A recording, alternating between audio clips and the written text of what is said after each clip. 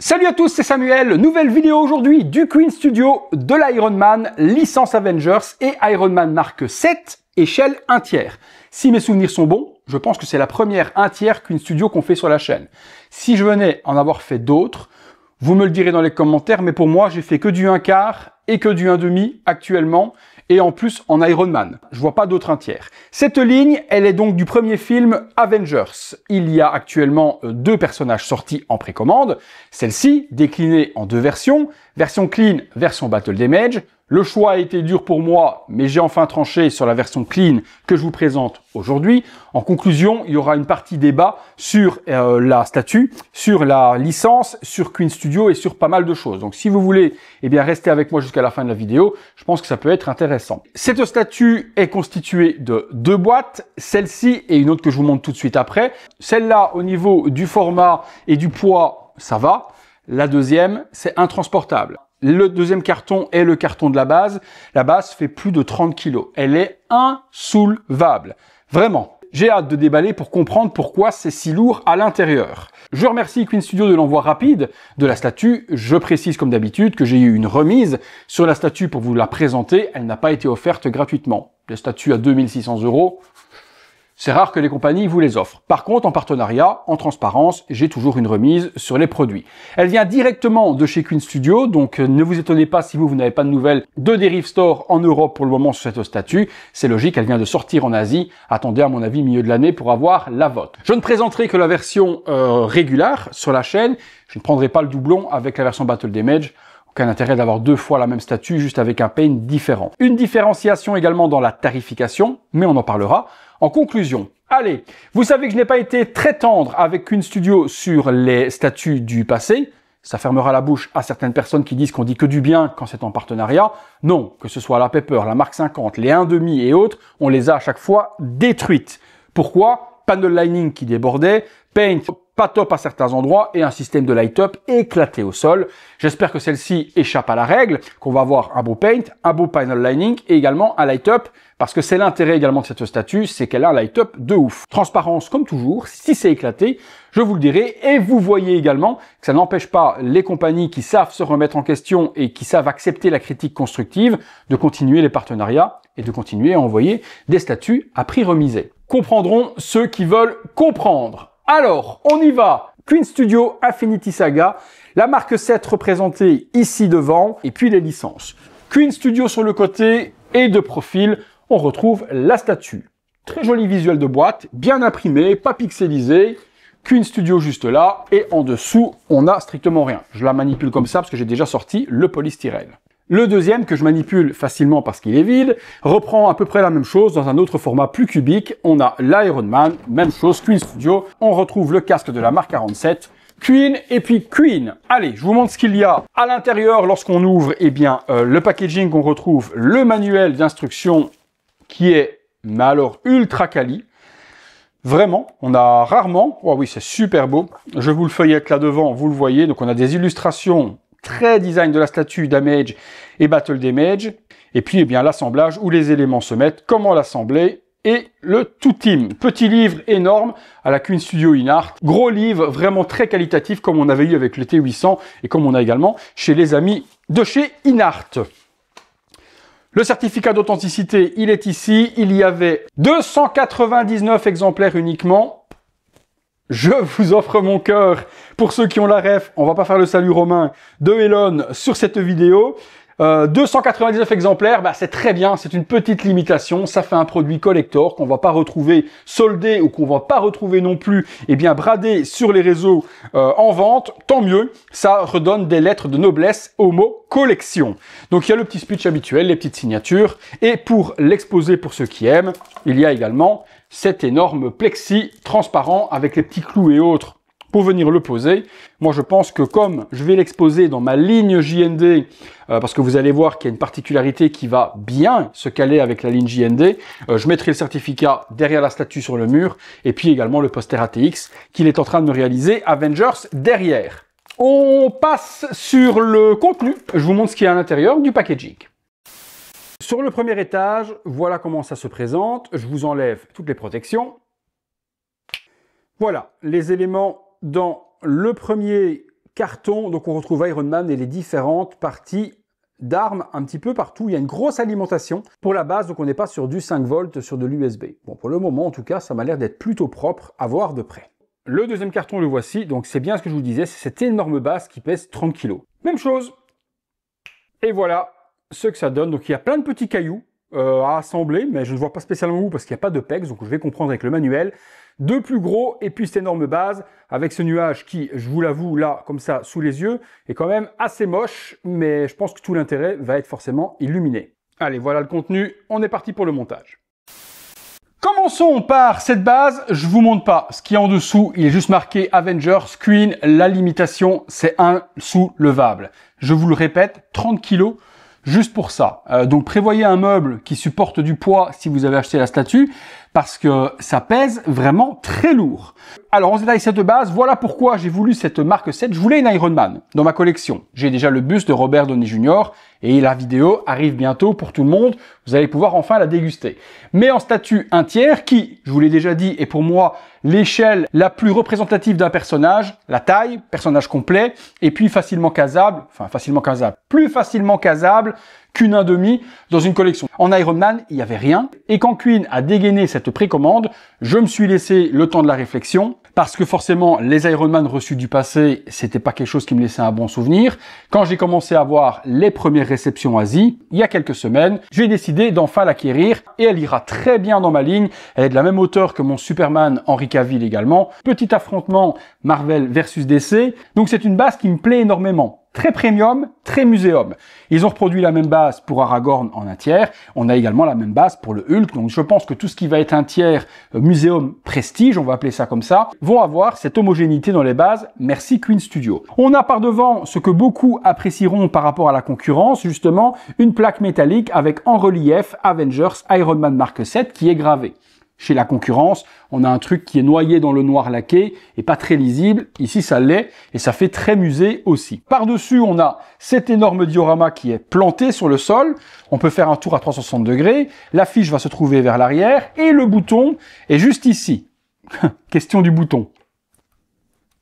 Bouton on-off. Donc compatible domotique, il reste appuyé, on branche.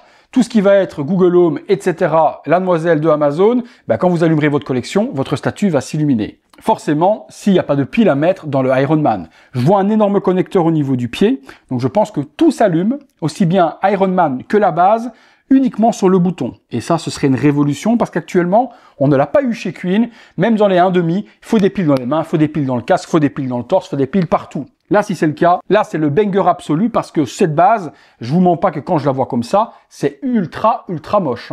Allumé, je pense que ça va être exceptionnel, mais éteint, l'effet de fumée, d'explosion, etc. ou autre est éclataxe. Maintenant, toutes les statues éteintes avec des effets d'explosion donnent ce rendu-là. On le découvrira après.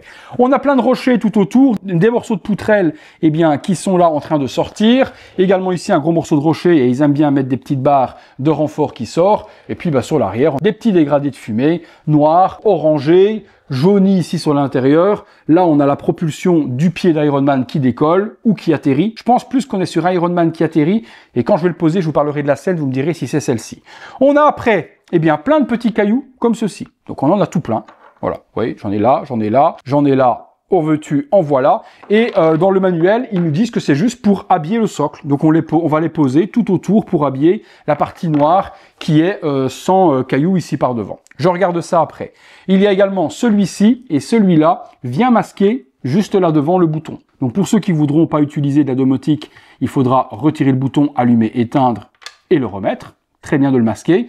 Pour ceux qui utilisent la domotique comme moi, il restera dessus, on appuie sur le bouton et la statue s'allumera. Allez, trêve de bavardage sur cette base qui est assez simple en soi. Je voulais vous expliquer juste et vous poser les bases sur la base et vous expliquer le sens dans mon display. Allez, on passe sur Ironman. Concentrons-nous sur la partie Ironman pour commencer. Couleur, je ne sais pas ce que ça donnera à la caméra. Après, vous savez que vous pouvez me croire sur ce que je vous dis au niveau du rendu. On est sur une belle couleur. On n'a pas le rouge Ferrari ou carrosserie qu'on avait sur le Mark 50 ou autre. La Mark 7 est une marque qui est plus bordeaux et je retrouve cette couleur. Avec les reflets de lumière, elle pourra peut-être vous sembler d'un espèce de rouge vif. Là, d'après ce que moi j'ai sous les yeux, c'est un rouge bordeaux assez foncé. Parlons de la peinture. J'ai le nez dessus. Je suis à 10 cm de la statue et c'est très propre. Si c'est voulu parce que c'est une ligne prestige d'avoir une peinture aussi soignée, le panel lining, donc les panel lining, qu'est-ce que c'est pour les novices ou pour ceux qui ne pratiquent pas le langage de la collection et des statues? Ce sont tous les traits noirs de délimitation que l'on va avoir entre deux couleurs ou entre deux parties. Iron Man, il est blindé de panel lining, toutes ces lignes qu'on voit partout ici au niveau des abdos, au niveau des jambes, la séparation entre le gold et le rouge, et bien là, ça ne bave mais nulle part. Cette peinture, elle s'applique comment? Souvent, c'est une peinture très liquide et lorsqu'on l'applique dans le creux, elle se dilue automatiquement et il suffit de la repasser proprement et ensuite d'essuyer, si ça venait à déborder, le surplus. Maintenant, je suis là devant et c'est vraiment très propre. Certes, si je mets mon nez à 1 mm ou à 1 cm, je vais réussir à trouver des défauts. Ça, comptez sur moi, il n'y a aucun problème là-dessus. Mais dans l'ensemble, par rapport à ce que j'ai vu dans le passé sur les 1/4 et sur les 1/2 de la même marque, on est à des années-lumière de ce que j'ai vu auparavant. Ouais, non, c'est très très propre. C'est joli de partout. Après, il y a le choix de Queen Studio de faire une armure mat satinée plutôt que glossy, comme fait par exemple Sideshow. Sur la marque 7, elle est toute brillante, toute glossy. Ça, c'est un choix, je dirais, plus personnel d'un fabricant par rapport à un autre. Est-ce que je préfère l'un ou l'autre? Peut-être un petit peu plus brillant, me dérangerait pas, mais ça ne me gâche pas le plaisir. Le rendu mat satiné de la sorte. Ouais, l'arc réacteur est super bien détaillé aussi. On a tous les ronds et toutes les petites architectures à l'intérieur. Le nid alvéolé en plein centre. Le casque, c'est propre aussi. Panel lining, peut-être un tout petit peu tremblotant sur la partie du dessus, mais encore, ça fait un petit style plus poussière weathering plutôt que débordement. Les yeux blancs, hâte de voir comment ils s'allument. Les parties sur les côtés grises ici sont bien peintes aussi. J'ai pas de défaut de peinture, de cloquage ou quoi que ce soit. Je suis plutôt satisfait. Si je dois critiquer quelque chose, je vous dirais que peut-être ici au niveau des pieds, l'aspect damage poussière fait plus une statue qui aurait frotté dans le packaging et la peinture se serait enlevée. C'est pas le cas, c'est voulu, l'effet abîmé. Forcément, c'est des pieds d'Iron Man, il marche dans n'importe quoi, dans des cailloux. Logique que la partie des pieds soit un petit peu abîmée. J'ose pas imaginer le damage sur la version Battle Damage, justement. Ouais, non, franchement, là, je suis content. On va assembler les différents éléments. Alors, au niveau des éléments, on va en avoir sur les jambes, dans le dos, sur le côté, sur les bras. Alors, il n'est pas possible de la mettre en version non armored, on va appeler ça comme ça. Toutes les pièces ont les armes déployées. Ça aurait été cool que Queen nous fournisse les pièces en double avec, par exemple, ici, les roquettes rentrées et on mettait la partie sur la jambe, comme on avait eu sur une 1/2 Legendary à l'époque de la Mark 7, justement également. En Iron Man 1/3, si je dis pas de conneries, aujourd'hui, il n'y a pas grand-chose sur le marché. Je pense qu'il n'y en a qu'une seule et c'était la Cinemaquette Mark 43. Autant vous dire que dans les armures emblématiques, la marque 43 de Avengers Age of Ultron est pas non plus la marque la plus emblématique que l'on retient. On en a souvent parlé. La marque 1, la marque 3, la marque 7, la marque 46 de Civil War est sublime. Et puis on a également la marque 50 et la marque 85. Des mage ou pas, peu importe, mais ce sont vraiment les armures emblématiques, je pense, d'Iron Man. Marque 43 et marque 42 qui inversaient les couleurs. Là, il y avait également un visage silicone avec la Cinemaquette. Est-ce qu'on reconnaissait sous le casque Robert Downey Jr.? La question se pose encore. Mais bon, la Cinemaquette a plus de 10 ans, forcément, on n'est plus sur les techniques d'aujourd'hui. C'est ce qui manque pour moi peut-être à cette statue. Forcément, la tarification aurait éclaté. On en parlera en conclusion de la tarification de cette statue. Mais avoir la visière amovible qu'on mettrait sur le dessus aimantée avec le visage silicone de Robert Downey Jr., vu que c'est une gamme qui est silicone, on a vu avec Hulk, ça aurait été plutôt cool de l'avoir. Alors, cette partie-là vient se mettre juste ici. J'ai la même juste là. Donc, c'est une partie d'armure grise et gold. Et il y a plein de petits missiles qui sont prêts à être tirés. Sur les bras, on a les parties additionnelles qui sont ici, aimantées, où on a également une grosse roquette qui est déployée. Alors, celle-ci... Ouf, d'accord. Les aimants ne rigolent pas. Ils ont dit, viens près de moi. Ah oui, les deux. Donc, ouf. Ah oui, les aimants sont très très forts sur les brassards. Très forts. Tant mieux. Ça évitera des catastrophes. Les petits flaps qui sont ici sont détaillés également à l'intérieur. Toujours un panel lining très propre. Le noir déborde nulle part. Le rouge est super propre. Le satinage également. Et puis on a les parties additionnelles ici de flaps qui viennent se rajouter. Celle-là, ça vient se mettre juste ici. Voilà. Et celle-ci, juste là. Ok. On a encore des flaps. Ces parties-là vont être les parties du haut, des épaules, où on a également des flaps ouverts un peu partout et également plein de missiles qui sont prêtes à être tirés. Alors, celle-ci se met ici. Nickel. Alors, pour la pose de cet Iron Man, je pense qu'on est sur la fameuse scène qui vient tourner à 360 degrés, où on a tous les Avengers qui sont là, Captain, Thor, Black Widow, Hawkeye, Hulk, et on a Iron Man justement qui arrive et qui atterrit. Dites-moi si ça vous fait penser également à cette scène-là, mais je pense que c'est plus un atterrissage d'Iron Man plutôt qu'un décollage. Et la pose également, comme ça, muséum, les mains ouvertes, prêtes à atterrir, me fait vraiment penser à cette scène. Je vous l'incruste et vous me direz si c'est celle-là pour vous aussi. Les petits flaps qui sont ici, eux, vont venir se mettre là, sur le côté. Le premier, juste là. Et le deuxième, juste ici. Good! Eh bien, écoutez, il n'y a plus que les différents cailloux à venir placer sur la base. Alors, je regarde. OK, donc on les met vraiment comme on a envie. Alors, il y aurait cette barre-là. Il faut venir l'assembler ici et là. OK, donc entre les deux cailloux, on vient assembler cette partie. Et après, il y a tous ces gros cailloux qui sont là et que eux, on vient poser tout autour de la base afin de combler les parties noires si vous en voulez beaucoup moins.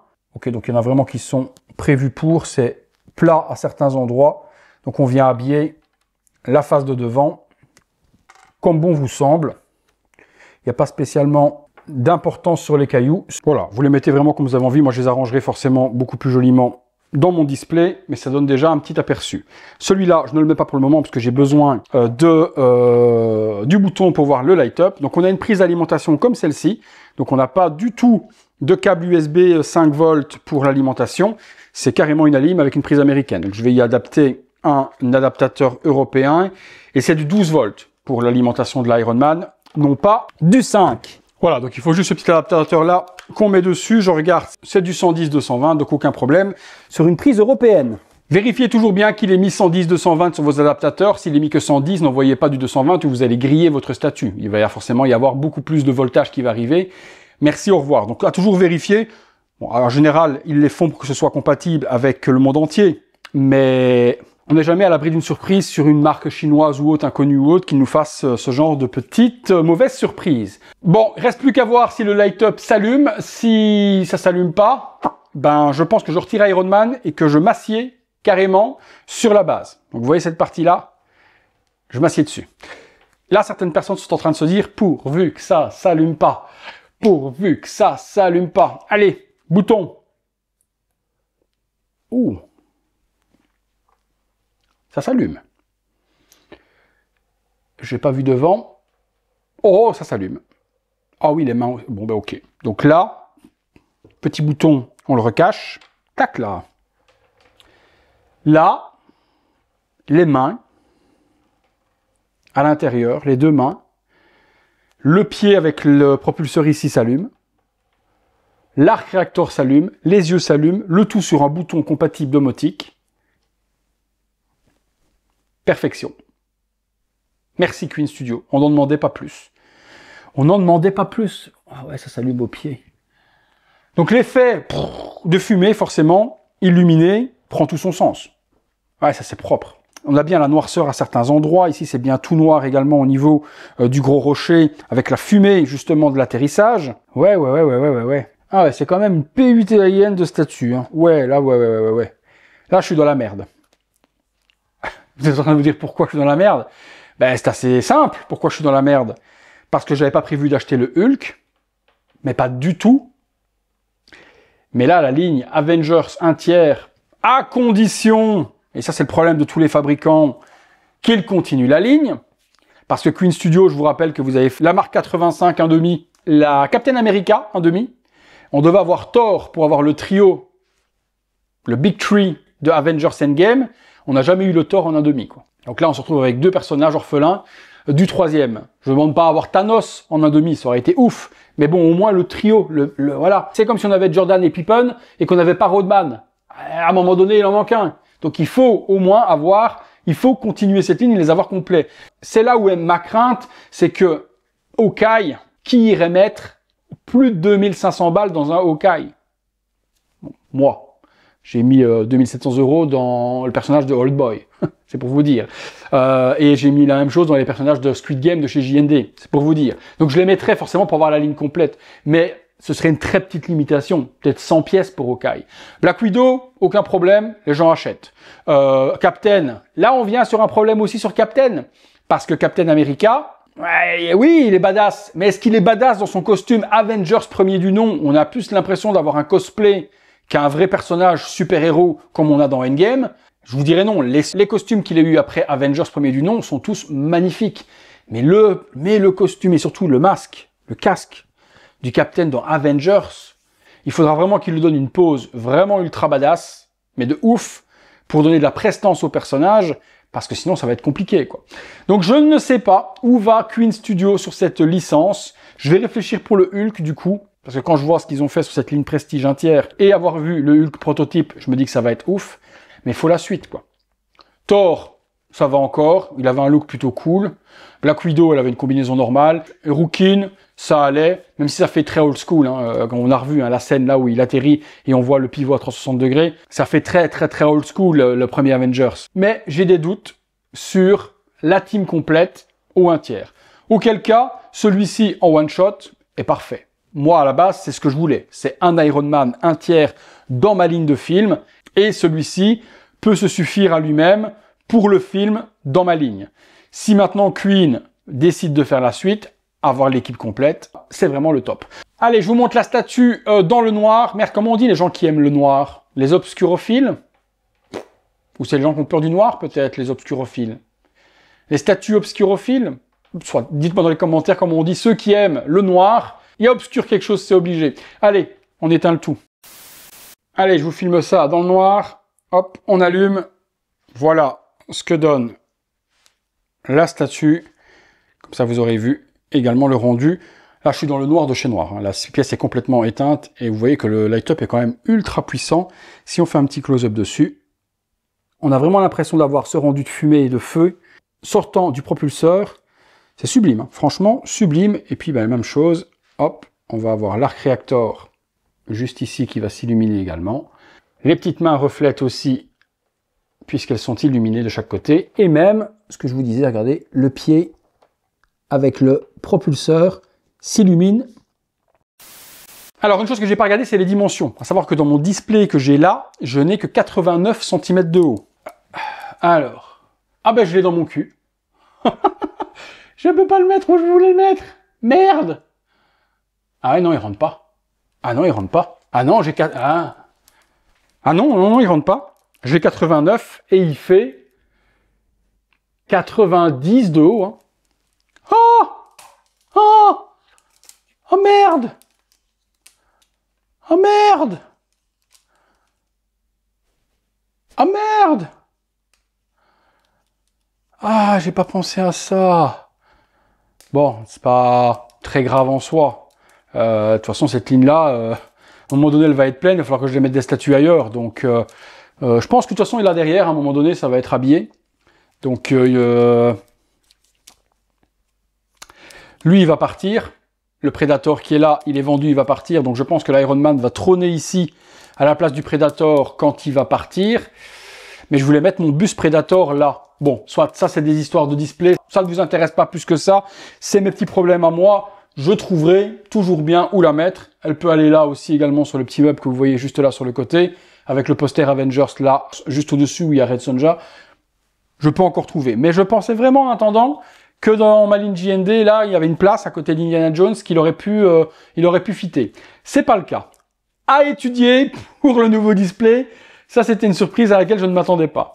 Bon, les amis, petit tour 360 degrés du propriétaire. Le prix en France, c'était 2500 € pour la version clean, comme je vous l'ai présenté aujourd'hui.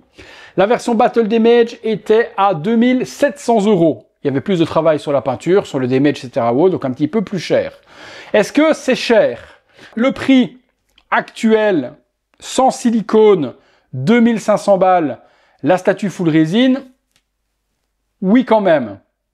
2000, ça aurait été un bon prix.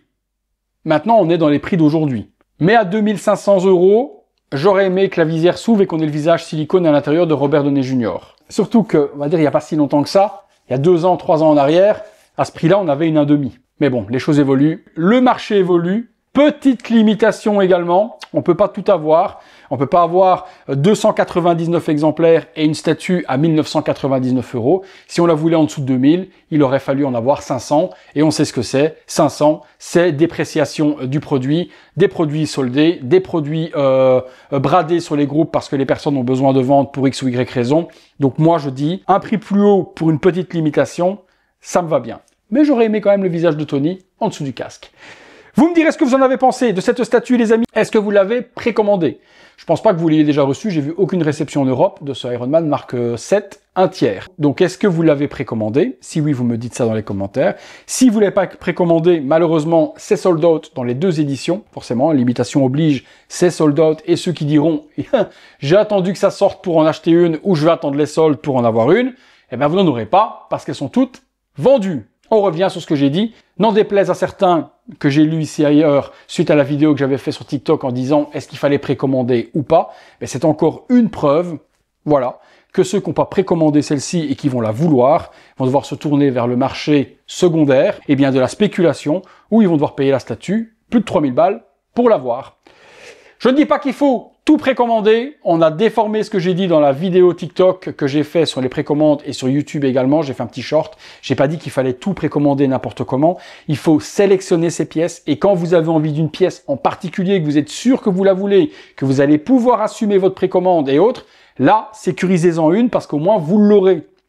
Maintenant, arrêtez comme il y a 4-5 ans de précommander tout et n'importe quoi. Et puis quand ça sort, j'en veux plus, j'ai changé d'avis, j'ai changé de passion, j'ai changé ceci, j'ai changé cela. Non, non, non. On vous demande d'être simplement précautionneux dans vos précommandes et de sécuriser uniquement les bangers qui vous font vibrer dès le moment de la préco. Et si je peux encore conseiller quelque chose, parce qu'aujourd'hui les sold out ne se font plus spécialement en un jour ou 2 ou quoi, c'est vous voyez la précommande, ok, vous vous posez dessus, vous vous dites, ok, je la kiffe. Et puis vous attendez 4-5 jours. Et vous revenez, et vous vous dites, est-ce que je la veux toujours, est-ce que je la kiffe toujours autant?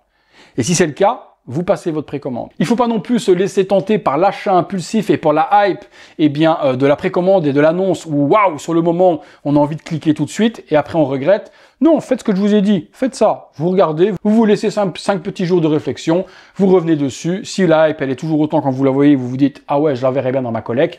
À ce moment-là, précommandez-la et au moins vous serez content lorsqu'elle sera, annoncée disponible d'avoir votre exemplaire réservé. Voilà, et bien écoutez, c'était la review de cette Mark 7 1/3. Si vous avez aimé cette vidéo, le like, l'abonnement, la petite cloche, les notifications comme d'habitude. Si vous voulez voir ces vidéos en avant-première et également soutenir mon travail, vous avez le bouton rejoindre. Je remercie toutes celles et ceux qui sont là depuis de nombreuses années et ceux qui arrivent encore tous les jours. Merci à vous. Allez, c'est tout pour la Mark 7, c'est tout pour moi. À très bientôt pour une prochaine vidéo. Allez, pour ceux qui seront restés jusqu'à la fin de la vidéo, au final, il rentre dans le display et j'ai... allez, on va dire encore un bon centimètre. Donc, je sais pas comment j'ai mesuré tout à l'heure, mais ça rentre. Donc, parfait. Il n'y a plus qu'à mettre le petit poster Avengers juste là. Il va reculer un tout petit peu pour avoir le même espace entre chaque JND. Donc là, on va avoir l'espace et la base à venir se mettre juste ici. Le poster va trôner de chez ATX juste là. Et on aura la statue. Et comme d'hab, Alexa, allume les statues. Et voilà. L'Iron Man s'allume avec la domotique comme je vous l'ai dit. Bon! C'est pas mal ça quand même, hein. Allez, à bientôt pour une prochaine vidéo.